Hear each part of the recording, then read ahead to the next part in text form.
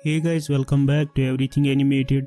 दोस्तों, the little book that beats the market के author ने इन्वेस्टिंग के हेक्टिक प्रोसेस को अपनी इस बुक में बहुत ही आसानी से सिखाया है और जो एक 6th क्लास का बच्चा भी समझ सकता है। तो चलिए जानते हैं इस बुक की इम्पोर्टेंट लर्निंग्स को, जिसे लिखा है जोएल ग्रीनब्लैट ने।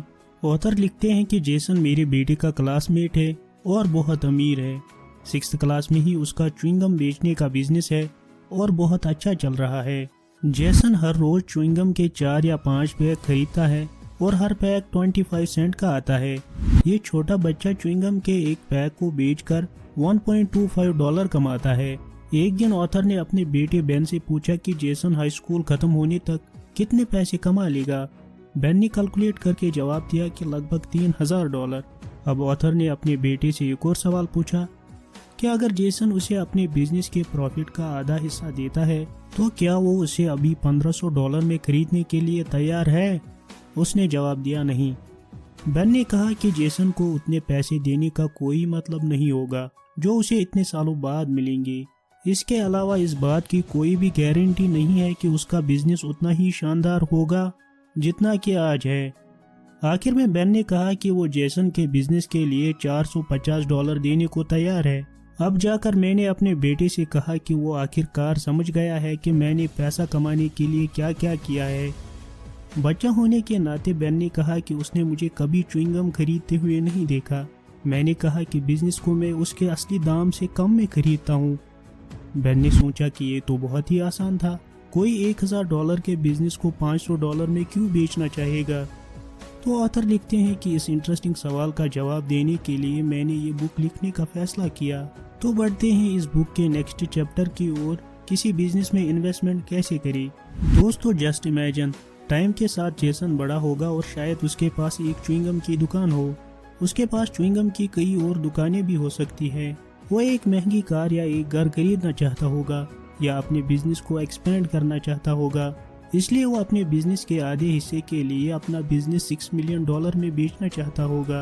लेकिन ये उतना पैसा है जो हम में से ज्यादातर लोग अफोर्ड नहीं कर सकते हैं। इसलिए वो ओनरशिप को 1 लाख बराबर हिस्सों में बांट देता है, जिसे शेयर्स कहा जाता है। वो अपने लिए 5 लाख शेयर रखने का प्लान करता है और बाकी 5 लाख शेयरों को $12 पर शेयर के हिसाब से बेचने का प्लान बनाता है। एग्जाम्पल के लिए आप 10,000 शेयर्स खरीदना चाहते हैं जो बिजनेस के 1% के बराबर होगा। दोस्तों, इस 1% का मतलब ये नहीं है कि आप एक स्टोर के एक छोटे से हिस्से के मालिक हैं। इसका मतलब ये है कि आपको पूरे बिजनेस के फ्यूचर की कमाई का 1% मिलेगा। लेकिन क्या आपको ऐसा करना चाहिए, ये डिसाइड करने के लिए जेसन ने आपको बहुत सारी जानकारी दी है। जेसन ने पिछले साल $10 मिलियन की च्युइंगम बेची थी। ये वो कीमत थी जिस पर उसने च्युइंगम बेची थी, न कि वो प्रॉफिट है जो उसने कमाया था। कंपनी के कुछ खर्चे भी होते हैं, जैसे कि च्युइंगम की कॉस्ट तकरीबन $6 मिलियन थी।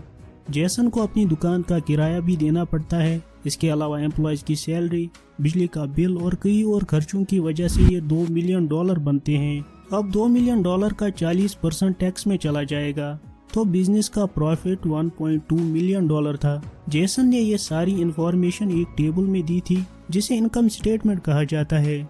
तो इस हिसाब से आपको अपने पहले साल में 10% का रिटर्न मिलेगा। लेकिन हमें कुछ बातों पर गौर करना होगा। सबसे पहला ये कि ये पिछले साल च्युइंगम के बिजनेस में मिला प्रॉफिट है। हमें ये सोचने की जरूरत है कि क्या आगे भी बिजनेस इससे ज्यादा या कम कमाएगा।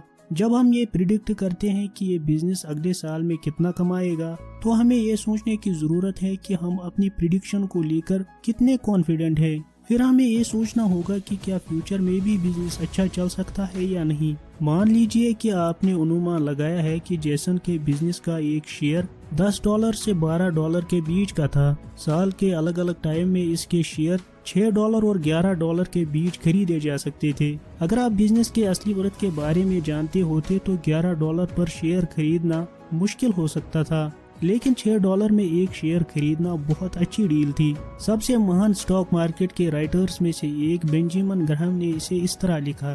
दोस्तों, आप मिस्टर मार्केट के नाम के आदमी को इमेजिन करें जिसका मूड थोड़ा अजीब सा है और हर पल बदलता रहता है। हर दिन वो किसी न किसी कीमत पर शेयर खरीदने की बात करता है। कभी कभी वो अच्छे मूड में होता है और शेयरों को उनके दाम से बहुत ज्यादा पर बेचता है, और जिस दिन वो उदास रहता है तो वो बहुत कम कीमत पर शेयरों को बेचता है। शेयर मार्केट की दुनिया ठीक इसी तरह काम करती है। तो आपका तरीका क्या होना चाहिए? आपको शेयर तब खरीदने चाहिए जब मिस्टर मार्केट उदास हो और कम कीमत पर शेयर्स को बेचने को तैयार हो। किसी बिजनेस के असली वैल्यू और आपके जरिए दिए गए बड़े डिस्काउंट के बीच के इस फर्क को सेफ्टी मार्जिन कहा जाता है।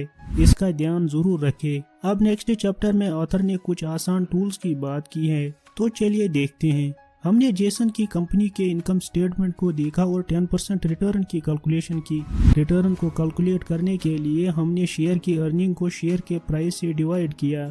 इसे अर्निंग्स यील्ड कहा जाता है। अब हमें ये देखना होगा कि ये बिजनेस अच्छा है या बुरा। क्या होता अगर जेसन के दोस्त जिम्मू के पास भी कई दुकानें होती तो, और अगर उसे भी पिछले साल 2.5% का प्रॉफिट हुआ होता तो ऐसे में आप कौन से बिजनेस का शेयर खरीदना चाहेंगे? पिछले साल जेसन के बिजनेस में $2 मिलियन का प्रॉफिट हुआ और जिम्मू के बिजनेस में $10,000 का प्रॉफिट हुआ। क्या ये साफ नहीं है कि आप जेसन के बिजनेस का शेयर खरीदना चाहेंगे? अगर आप अच्छी कंपनियों के शेयर्स को खरीदना और उन्हें सिर्फ सस्ते दाम पर खरीदना चाहते हैं तो आप बहुत अच्छे रिटर्न पा सकते हैं। बस 2 पॉइंट्स याद रखें। पहला, कम कीमत वाला शेयर ले। दूसरा, एक अच्छी कंपनी चुने। ये 2 पॉइंट्स का मेल बहुत सारा पैसा बनाने का सीक्रेट है। अब नेक्स्ट चैप्टर में ऑथर ने जादू के फॉर्मूले के बारे में समझाया है। ऑथर लिखते हैं कि आपको क्या लगता है, क्या अगर हम सिर्फ उन कंपनियों के शेयर्स खरीदने का फैसला करते हैं जिन पर ज्यादा प्रॉफिट और कैपिटल पर ज्यादा रिटर्न दोनों होते, क्या होगा अगर हम सिर्फ अच्छी कंपनियों में शेयर्स खरीदने का फैसला करें और सिर्फ तब ही जब उन्हें कम प्राइस पर बेचा जाए? इससे हम बहुत सारा पैसा कमा सकते हैं। लेकिन आपको क्या लगता है कि असली दुनिया में सब कुछ इतना आसान होगा? फॉर्मूले पर आने से पहले आपको पता होना चाहिए कि बेंजामिन ग्राहम का अपना एक फॉर्मूला था। वो शेयरों को तभी खरीदते थे जब प्राइस इतनी कम हो कि खरीदने की प्राइस उस इनकम से कम हो जो बिजनेस बंद होने पर मिल सकता है। तो फिर हमारे फॉर्मूले के बारे में क्या? दोस्तों, ये फॉर्मूला एक मेजर यूएस स्टॉक एक्सचेंज पर ट्रेडिंग के लिए पाई गई सबसे बड़ी 3500 कंपनीज की लिस्ट के साथ शुरू होता है। फिर हर कंपनी को उसकी कैपिटल पर रिटर्न के हिसाब से रैंक किया जाता है। फिर सभी कंपनियों को 1 से 3500 तक रैंक किया जाता है, लेकिन अर्निंग यील्ड के हिसाब से, और आखिर में इन दोनों को जोड़ा जाता है। तो अगर किसी कंपनी ने कैपिटल रिटर्न्स के मामले में 230 और अर्निंग्स यील्ड के मामले में 1 रैंक हासिल किया है तो उसकी आखिरी रैंक 231 हो जाएगी। सबसे अच्छी रैंक वाली कंपनियां इन्वेस्ट करने के लायक होती है। अब नेक्स्ट चैप्टर में ऑथर लिखते हैं कि हमारे पास एक जादू का फॉर्मूला है जो पहले भी बहुत बार काम करता आया है, लेकिन इससे पहले हम अपना सारा पैसा इस फॉर्मूले में लगाए, हमें ये सोचना होगा कि क्या अगर सभी को इसके बारे में पता होगा तो क्या हमारी स्ट्रेटेजी काम कर सकती है। दोस्तों, जादू का फॉर्मूला हमेशा काम नहीं करता है और कभी कभी तो साल भर भी नहीं काम करता है। इसलिए जादू के फॉर्मूले को फॉलो करते रहना आसान नहीं है। दोस्तों, जहां भी और जब भी हो सकता है अपने पैसे बचाइए। तो दोस्तों, ये थी इस बुक की लर्निंग्स जो आपको एक स्टॉक मार्केट एक्सपर्ट बनाने में बहुत मदद कर सकती हैं। अगर आपको ये वीडियो पसंद आया है तो इस वीडियो को लाइक करके चैनल को सब्सक्राइब जरूर करें। मिलते हैं एक और नई वीडियो में, तब तक के लिए टेक केयर।